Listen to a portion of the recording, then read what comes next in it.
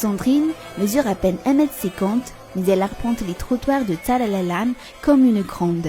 Sweatshirt, short et basket, cigarette à la main, elle se lance à la recherche de clients potentiels. Les jours ouvrables, elle est lycéenne. Durant les week-ends, elle est ici pour louer son corps. Sana nomboka 17 ans, mbola tsisy karatra dia efa tety. Za zao analabaka amin'ity za mila vola. Mbola mianatra ianao? Mbola mianatra zay. Analabaka amin'ity terminal série D za.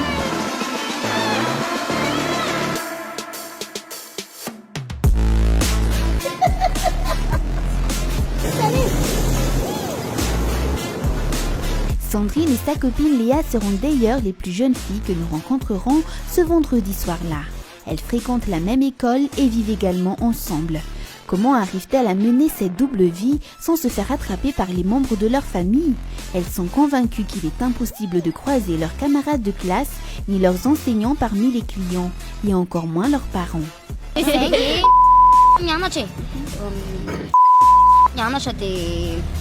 Dia mpiara-mianatra aminay tsy possible avaka tsy possible ka ty mihitsy satria tsy dia misy mipetraka ety zareo. Mbola tsisy tamin'ny fiainako loha rehefa raha ohatra hoe sendra nitratra dia teneniko fotsiny hoe misy anniversaire vonjenay ty dia manalaso fotsiny izay mandehandeha fa tsy hoe ohatrany hoe olon-drehetra ohatrany hoe pute rehetrarehetra.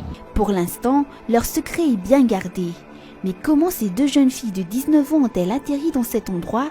Qu'est-ce qui les a poussées à se lancer très tôt sur le marché du commerce du corps? Satria ohatra manay zao lavitra be dia za rehefa mianatra ny aleako aty dia matetika ny vola alefa ny dadanay sy mamanay anahy mety hoe tsy ampy anahy. Tsy ampy anahy vola menty dadanay sy mamanay anahy dia za rehefa mila vola foana. Zay ihany zany hoe zay roa miray trano, zay mpikosinina ihany. Dia ny ray aman-drenay sahirana. Zareo mety hoe tsy mahavita amin'ny besoin-nay aty, zay nefa mila vola, zay mianatra aty zay.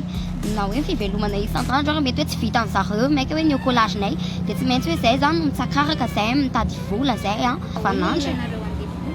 Hoe Sakafonay zao dia mety tsy vita an'zareo ny écolagenay isam-bolana nefa tsy maintsy aloha. Ny écolage nefa mety hoe tsy ampy amin'ilay vola alefa ray aman-drenay anay. Fa juste dia sakafo zay no mitady ny sakafonay ihany.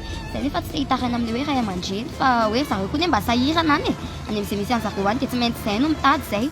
Tsy hoe ataonay fantatra an'zareo hoe zay miaraka amin'ny pute ety zay tsy dia mipetraka amina toerana anankiray ohatran'izao fa zao ndray zay vao nakety.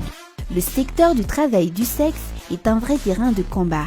Ici, l'argent est maître. Sans avoir été formées ou préparées à ce métier, Sandrine et Léa se sont plongées dans le vide. Elles espèrent s'en sortir, mais rien n'est jamais facile et il faut savoir se défendre. De la violence aux mauvais payeurs, en passant par l'insécurité, ici, tout est possible. Certaines vont garder des cicatrices sur leur corps toute leur vie.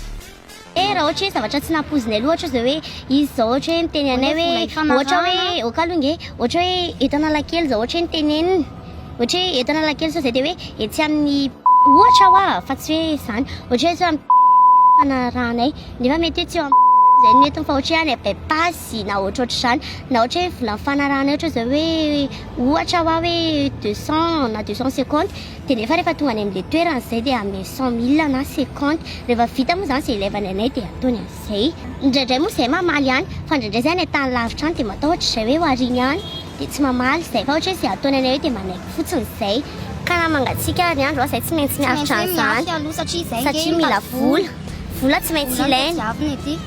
Tsy maintsy ilainy izany vola izany ekeko na prime ministre ary mbola mila vola kosa izany. Comme Sandrine et Léa, nombreuses ont intégré le milieu alors qu'elles étaient encore dans la période de l'adolescence. Si certaines sont parties après avoir gardé des blessures et vécu des cauchemars, d'autres y sont coincées pour leur vie à 40 ans ou peut-être même plus. Au début, quand elles arrivent, elles ou ils se disent tous que c'est temporaire. Mais le temps est le seul à juger de cette affirmation. Et quand on demande aux filles ce qu'elles veulent faire après le bac, raha ny hitako amin'ny fiainana zao manana asa tsara sahaza ho anazy za mahavelona anazy raha ohatra hoe miteraka any ariana any dia mahavelona anazy sy mivady aman-janako sy ny rehetrarehetra tsy hoe zareo miasa fa na mivadiko koa ary. Ohatra le asa ohatra hoe eny le asa moa zany mbola tsy dia tena haiko loatra hoe inona fa ohatra hoe izay mahavelona anahy fotsiny efa fantatro hoe avelona anahy ve iny moa afaka ninina eo na inona ary ny asa ho azoko eo.